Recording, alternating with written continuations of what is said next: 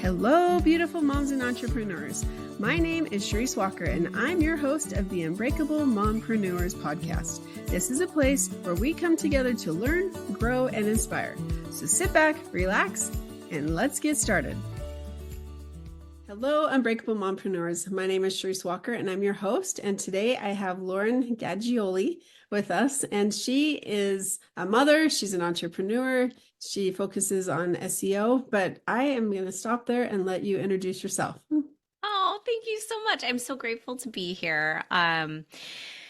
Gosh, I've been in the online space for a decade now and have been an entrepreneur for about 14 years. I got my start in test prep and creating curriculum for kids to help them get ready for the ACT and SAT. So I started with a national company. I had a client, a dad, come down and say, "Why aren't you on Twitter?" And I could not for the life of me understand why he was asking that, given that I was in like a very geographically bound area. And he was like, "No, just trust me." Well, that person turns out to be Mitch Jackson, who is very active in the online space. He's a trial lawyer out of Orange County and now is in Meta and AI. So he's very tapped in to where like Web3 is going and all that. So he's always been a forward thinker, and I'm really grateful to him for telling me to get on Twitter, because that's how I found people like Pat Flynn with Smart Passive Income and Michael Hyatt, who back in those days was doing stuff that was more oriented around social media marketing before he made his big pivot into like leadership coaching. So way back in the day, I started podcasting. I went online with online courses for ACT and SAT, and then I sold that company in 2021. And now I'm helping folks kind of do what I did with that company with search engine optimization and course creation. And I also have this really big passion for helping folks, particularly moms who feel fragmented, really identify a singular purpose statement and really align their whole lives and every myriad way that they live out that purpose up to that singular purpose. If it all rolls up to the singular purpose, you feel less fragmented. Right. And so that's something I'm really passionate about sharing, as well as the really like practical, tactical stuff for mompreneurs. I love that. And it's so important to not be fragmented, because, I had to do some pretty big heart-to-heart discussions with myself last year, because I was like, there's so many balls up in the air. I was doing all these things, and yet I was doing like the balls started dropping. Normally I can keep them up in the air, but I was getting too involved. And so because of that, it's like, okay, what am I trying to accomplish here? And yes, there's three things, but they go to one. So let's focus on that one, right? Yes. And otherwise you kind of start to miserably fail at everything and feel horrible. So and I think we underestimate the toll it takes to task switch and say, well, in this domain I'm acting in this way, in this domain I'm acting in this way. Like if we lose our sense of self, like we start to become untethered, and then there's like an emotional cost to that too. So I'm with you. It is so exhausting. It's good to, you focus on one, you build it up like you did, and then you could sell it, or you could, hire other people, and then you go to your next one and you have another pillar. So it's one focus is always a good thing. Yeah. In addition to all the stuff that you do, you homeschool your kids, right? I do. Yes. So how do you juggle all of the balls that we were just talking about? So my big why is that I help others actualize their unrealized potential. I always love helping people unearth what already exists inside of them and then come up with an action plan to live most fully in that. And so you can probably see how empowering others to do SEO, empowering entrepreneurs to do SEO, empowering them either by teaching them or by doing it themselves so they can live more in their zone of genius and just have those inbound leads flowing in. That absolutely fits the bill, but so does homeschooling. Yeah. So when I help my kids, I always say I want to be an archaeologist in my kids' lives. I don't want to be an architect. I don't want to build what I want to see. I want to uncover what already exists inside of them and help them obviously further what already exists. Like it isn't just about being like, you're perfect the way you are. Although there are many days I feel that way. I also want to give them the tools and resources to go further in the direction of their dreams and lean into their passions as early as possible and refine that. So that singular purpose, whether I'm doing growth mindset work for myself, whether I'm helping a client, whether I'm working with my kids, I can point to many things in a day where I've lived out my purpose. And so I have to be intentional because I'm like shiny object gal, like, squirrel. Entrepreneur is that's what I'm like. We're all that way. That's why we're Yes. entrepreneurs, right? Yes. So, you're not alone. Yeah. And so I have to be careful and like put some boundaries and parameters around it. But, mornings are for them. Afternoons are for me. I'm very, very blessed that my in-laws, they moved to the Pacific Northwest from Southern California to help take care of the kids. And so I do have routine and regular childcare that, like, how lucky am I comes without, payment associated. So there's not like that exchange. And they're just all thoroughly happy to spend time with each other because the second I walk in, they're like, oh, we gotta go. And like my in-laws have the same slump. So I'm very, very blessed.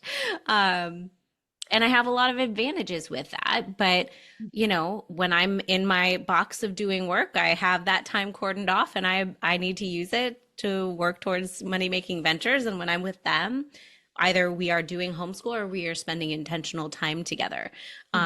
So I have to really kind of partition, which is not second nature to me. But that is really important so that I can keep, as you said, all the balls in the air, all the plates spinning at any given time. No, and it can be tough, but it's important. Yeah.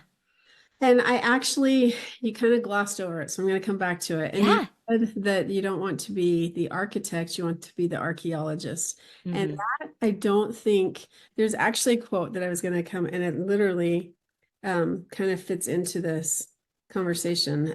So, when you get those 9 years, 6 years, 7 years. So it said, don't let yourself become so concerned with raising a good kid that you forget you already have one. And that was like 9 years ago that I posted the because that I'm like, oh my gosh, that's such a good one. I'm going to use that on my podcast. And it totally fit today. There you go. I know. So thank you. And I think that it's important because what you want for your kid, and I see this all the time with these helicopter parents, what you want for your kid might not necessarily be what they want. And so the fact that you're an archaeologist, I just wanted to kind of come back to that because I don't think that a lot of people think of that your job as a parent is not to mold them to what you want. It's what they need to be and who they are so that they can thrive.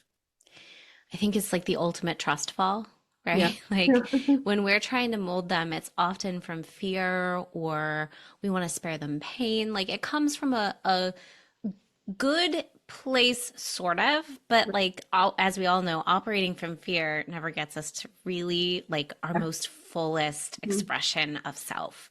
And that is also going to put parameters around these children where they live in fear. Like as a 30 something, I'm around the corner from 40, so we'll just say 30 something for a minute because soon it'll be 40 something. I'm having to untangle this for myself, and I think my goal is to have all the self-awareness that I am working on now for me have a trickle-down effect to my kids so they have less work. I'm gonna mess up. They're gonna have things to work through. Stuff happens, but I also have to just trust too that the path I'm on, what I notice feeling like friction or sandpaper in my soul, I don't want that for them. And if I can keep them from having to dig down one more layer, like let's start them closer to the truth as opposed to having to like shovel out, know? Oh, that's true. That's really true. I love that. So, And I think it carries into your work too, because you talked about how you're becoming this archaeologist of helping people discover their passion, right? Yes. And their purpose. It seems to be a recurring theme lately with some of the people I'm talking to. So I cannot stress the importance of finding your authentic self and really figuring that out. And so you actually started in more of an education realm and like teaching ACT and other stuff, correct? Yeah. and then now you're in SEO.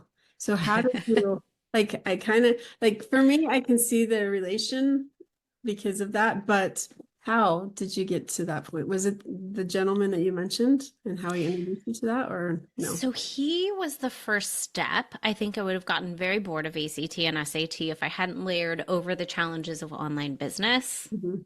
in the interim. Like my brain would have been very bored. And also I would have built a company that didn't have much value outside of the IP I was creating. So it was such a gift to go into the online space. But I think, the penny dropped for me when I had my first child, my daughter. Mhm. Um, I was working the, holy grail, the 4-hour work week.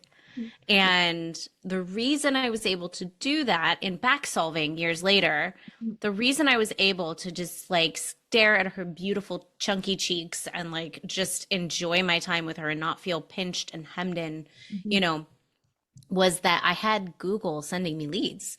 I had 16,000 new users hitting the site via Wow. organic search every single month.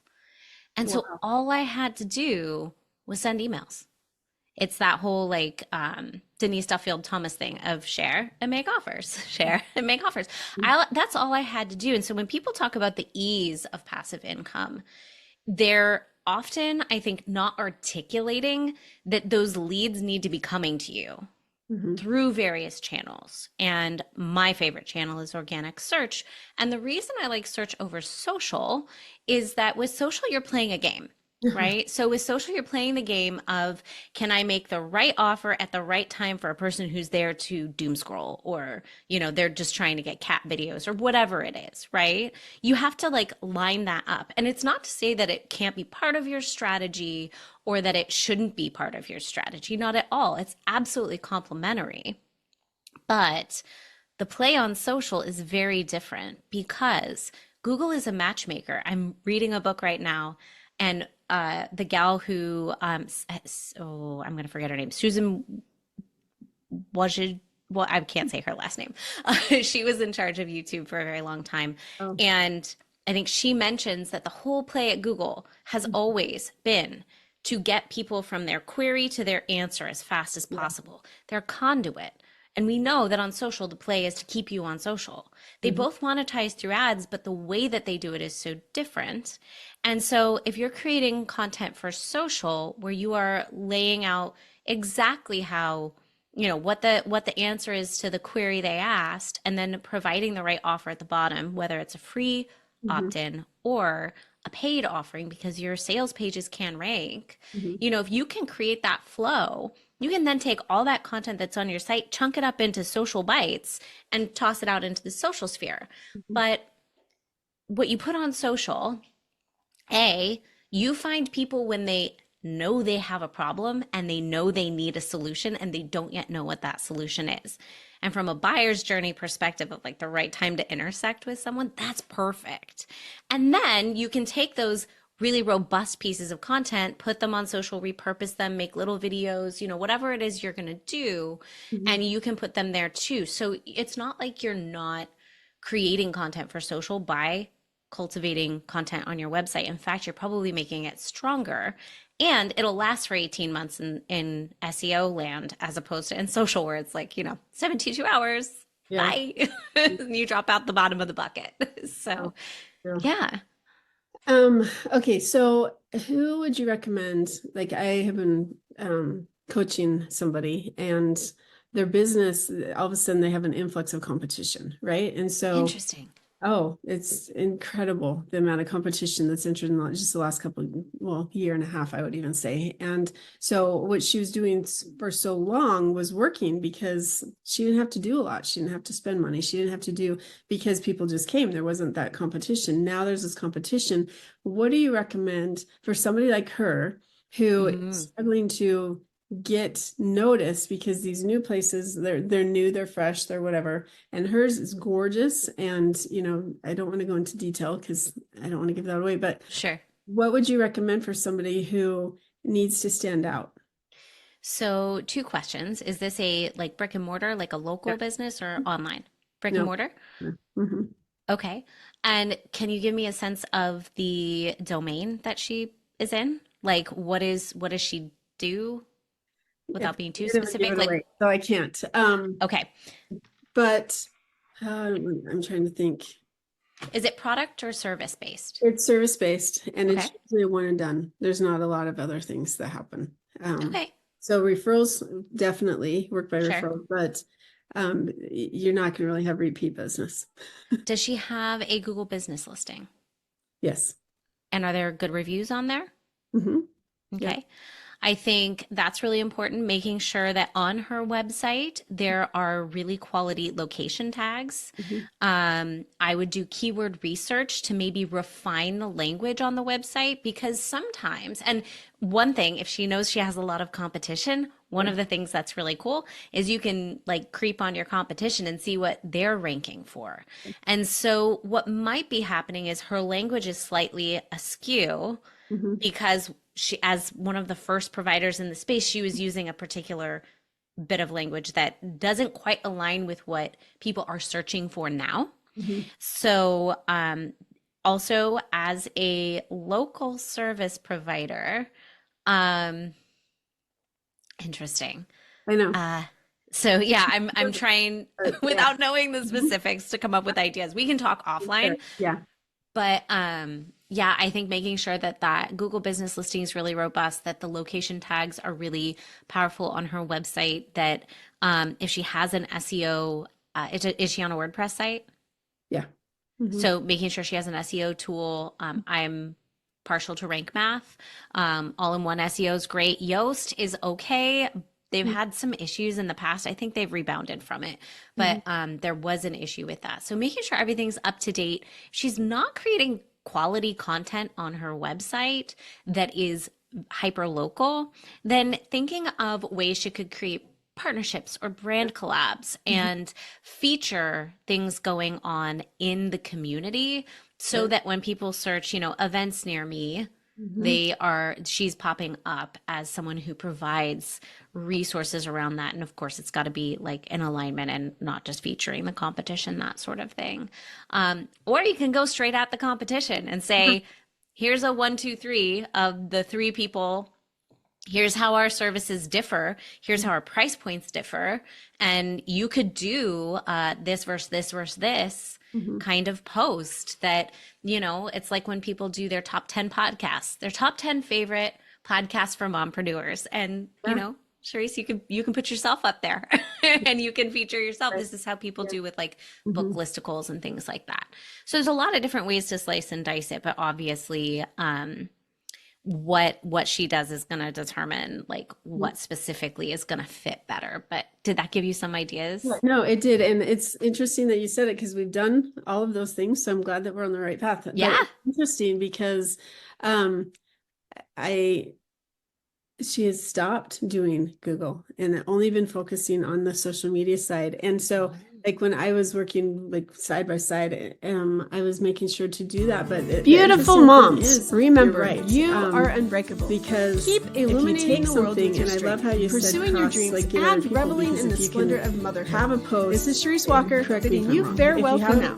Stay tuned for more empowering conversations on the next episode of the Unbreakable Mompreneurs podcast. Until then, keep shining bright. Signing off with love, Charisse Walker. Right? Yeah, outbound links. And this is something that with the advent of AI and what's being called geo, not to be confused with geotagging because that's something totally different, but geo is like the generative AI search.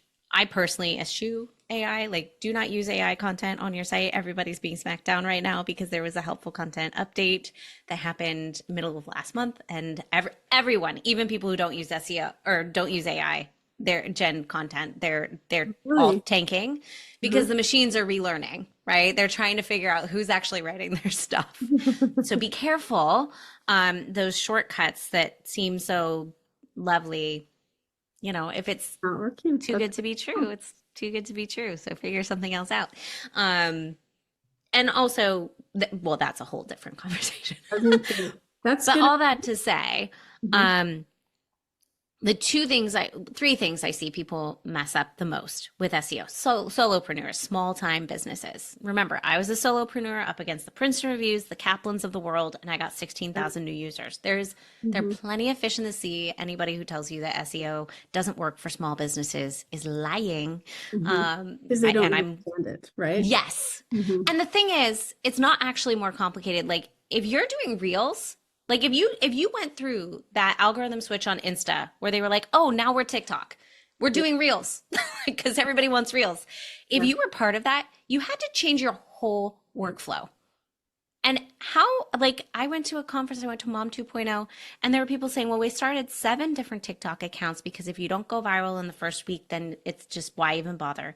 And I was like, this sounds exhausting. Like I can spend 5 hours, do a really well-researched post, and just do that every time, and maybe add video later, and maybe plus it up in other ways and share it in different modalities and make sure I send a couple emails about it and all these things. But like Google reads, that's not going to change fundamentally anytime soon. And so if you can make friends with him, why wouldn't you? Like, it doesn't make sense to me. I call him Uncle Google, which is why he's a he. I was just going to say, you have actually like humanized Google. What did you Yeah, I love him because he made me so much money. You always talk about how you need to have like the person you're talking to and who is that person and stuff. And so you've humanized Google. I've never heard somebody do that before. Yeah, I talk to Google a lot. Well, we do. It's like, okay, Google. Oh, wait, now it's going to turn on. Yeah. Oh, don't do that. In our house, my husband works for Amazon. It's the other one. We don't say her name. Right. Yep. But yeah, I think, you've got to get into Google Search Console. Every time you publish something new, you put the URL in and you say, Google, please crawl this.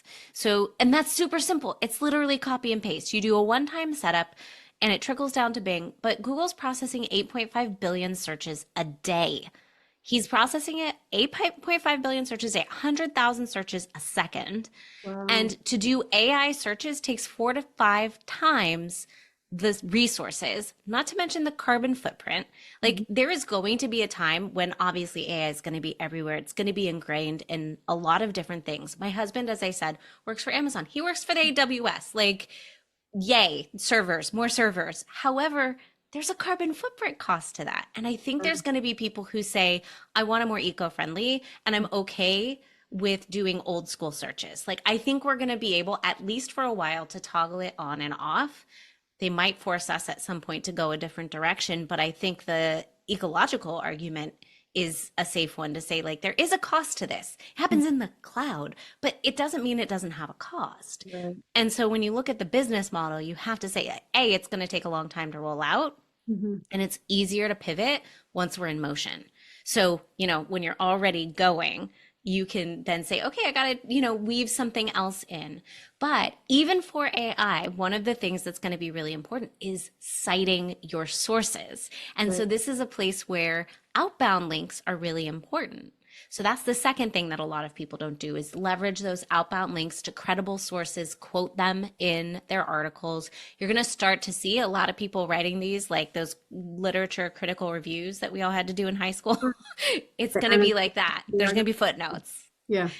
And then the third thing is internally linking. So one thing that I see most solopreneurs not realize is that when they write a single piece of content, they need to use anchor text to connect to other pages on their website and internally create a web. So Google goes, oh, these things are related.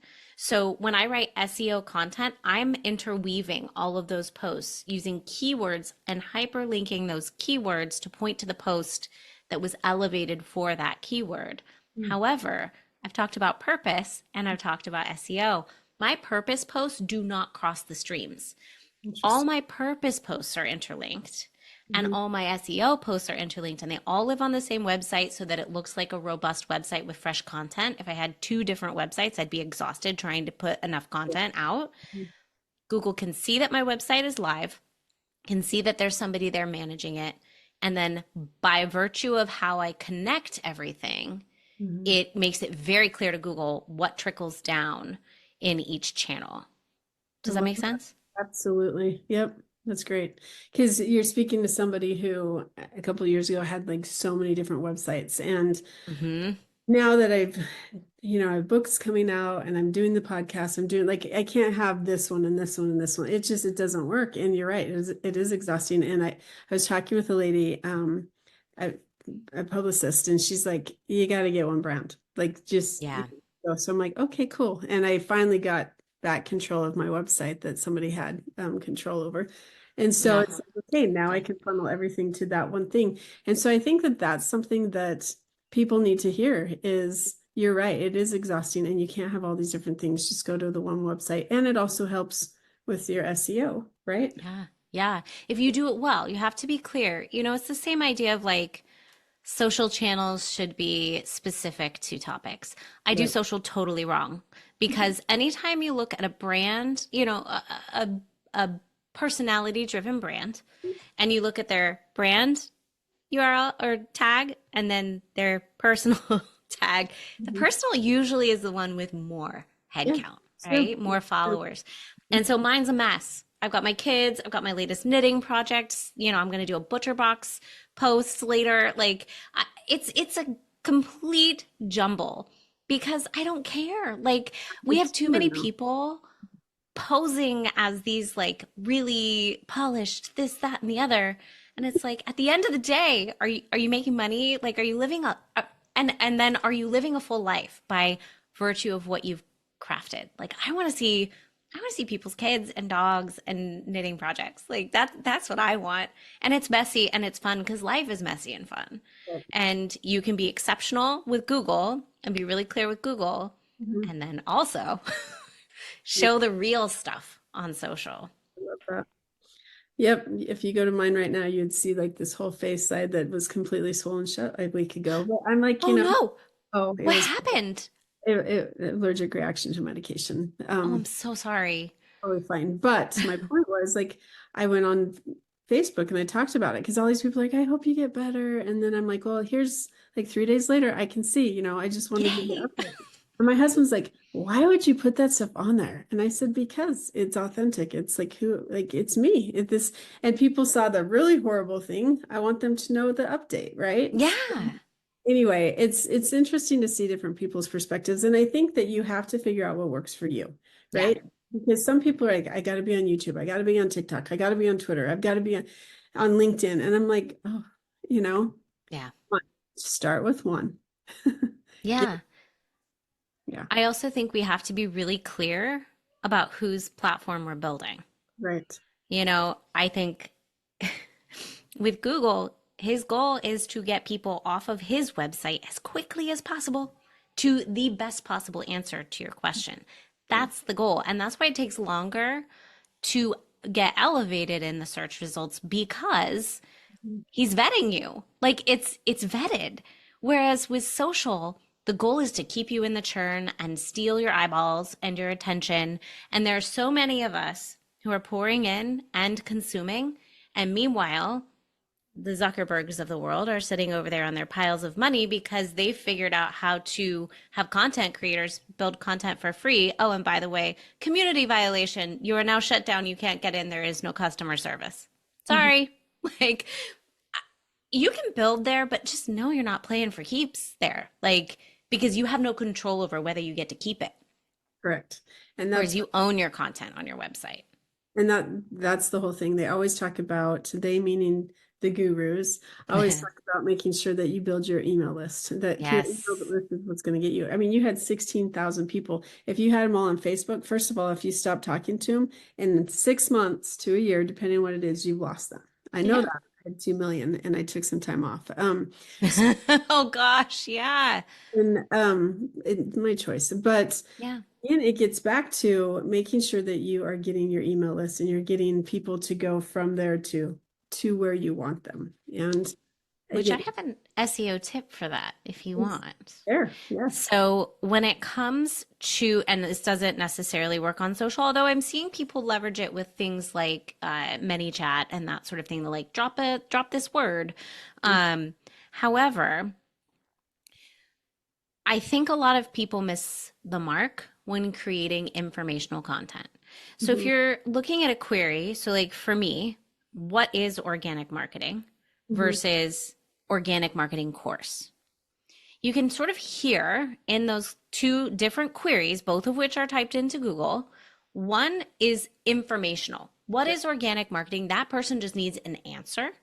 Versus organic marketing course, that's transactional. That person has a credit card in hand. And so what I try to do when I'm doing keyword research is to filter and say, okay, if it is an informational query, if somebody just needs an answer, I want to provide that answer in full ahead of a paywall. And then instead of trying to push them to buy something when they don't even have their credit card out yet, I want to, make it the, can I buy you a cup of coffee? Kind of like flirtation, right? You're here, I gave you an answer. If you're jiving with like the cut of my jib, let's take this into our inboxes. And so you give them a free offer that's relevant. And so for me, every SEO query that is informational in nature points to my free DIY SEO audit. It allows you to look at your website and sort of go, okay, let me get the finger on the pulse of where I am right now.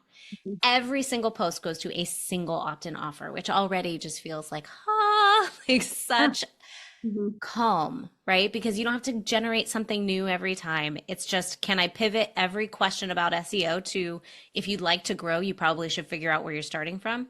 Easy, right? But on the other side, on the transactional side, when they have a credit card in hand, do not gate anything. Show up on the doorstep naked, right? It is the Tinder of queries. Like swipe right. Like they did it. They're here.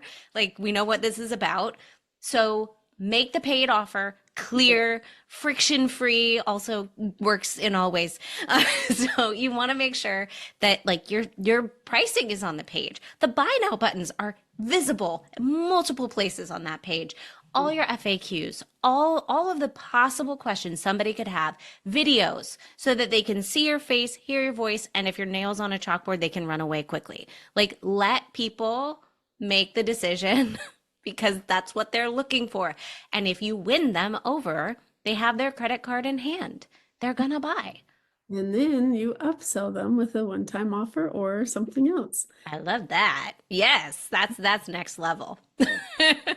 So it's the lead magnet. Some people have heard that, that you have to have something. I was helping somebody else and I went to their website and I said, where's your offer? I said, you had 100 people come visit your page last week. How many people have booked? Like 2 or 3. I said, you had 100 people. Where's your offer? And that's something that there's nothing. They're not collecting email lists. There's nothing that they're giving away free. Well, I have these things that I do that I just write, but they have to be able to see that tab to be able to see it. Like you've got to have something. Yes, don't hide it. Don't hide the goods. So many of us are repelling business because we're not clear.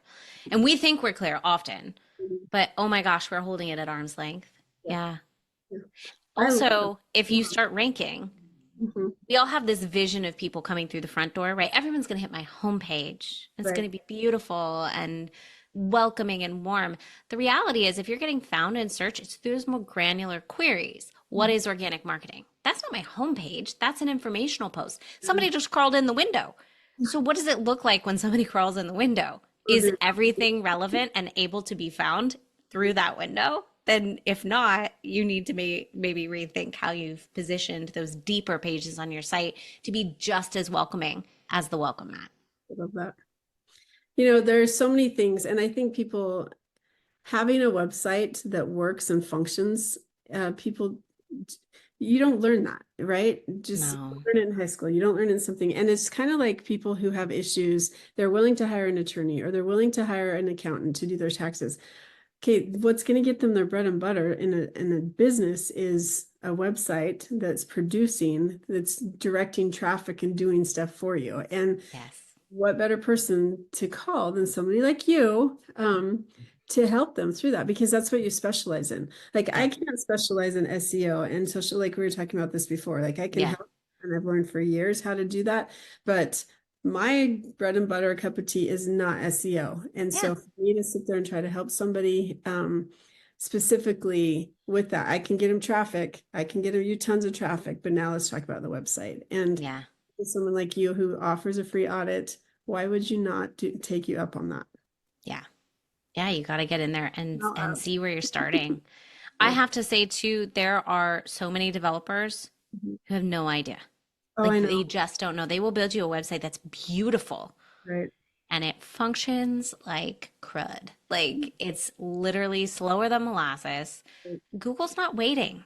Like Google has so many people trying to court him. Like you've got to be the best of what you do. And it can be small. It can be tiny little wins in singular posts on your website that can ultimately create this aggregate of traffic over time.